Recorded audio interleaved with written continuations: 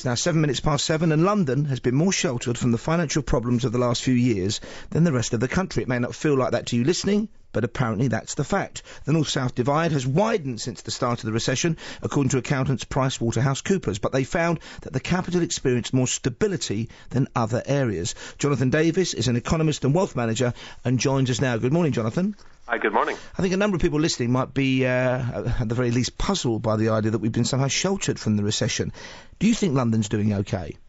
I don't think London's doing okay. I think London has done reasonably well, but let's face it, it's pretty obvious.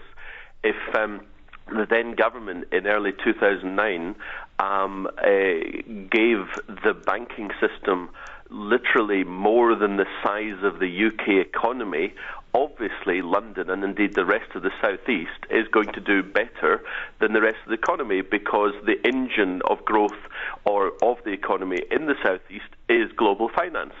However, we mustn't be sanguine about this, because as far as I'm concerned, global finance has actually now topped out, and we see that practically every other day with big banks announcing 1,000 or 2,000 job losses.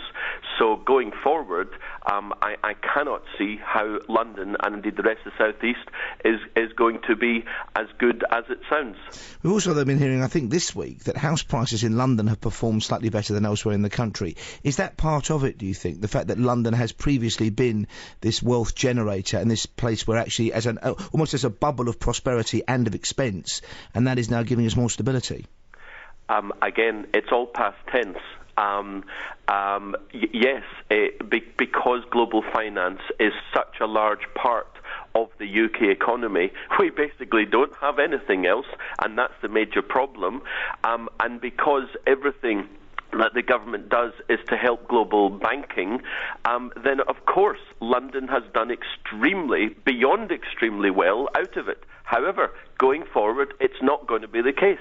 Do we really believe that the UK government is going to have enough money to bail out these banks again?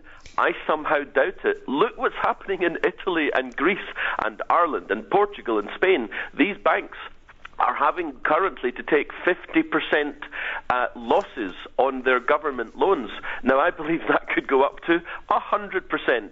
And you know what? It's going to affect London banks as well, because London banks are part of the global banking system. In fact, more than part, we're one of the biggest parts in the world. So London is going to have great problems going forward.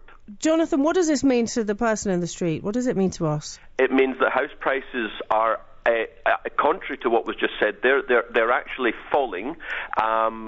Certainly they're falling against inflation, and in some parts of London they're falling in actual nominal terms.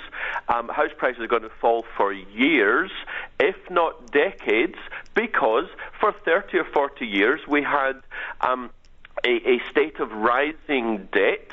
Now we've got an era of deleveraging, falling debt, and that means falling house prices, rising unemployment. And if the government, whichever government it is, left or right, if they continue to bail out these banks, if they continue to print money, oh my God, all that's going to mean is that our currency is going to continue to fall, which means that our costs of living will continue to rise because we import everything, whilst, as I say, our asset prices are falling and our incomes are falling. They must stop printing money. OK, if they stop that, as they call it, quantitative easing, if they stop propping up the banks if they need it in the future, the outlook is more optimistic then?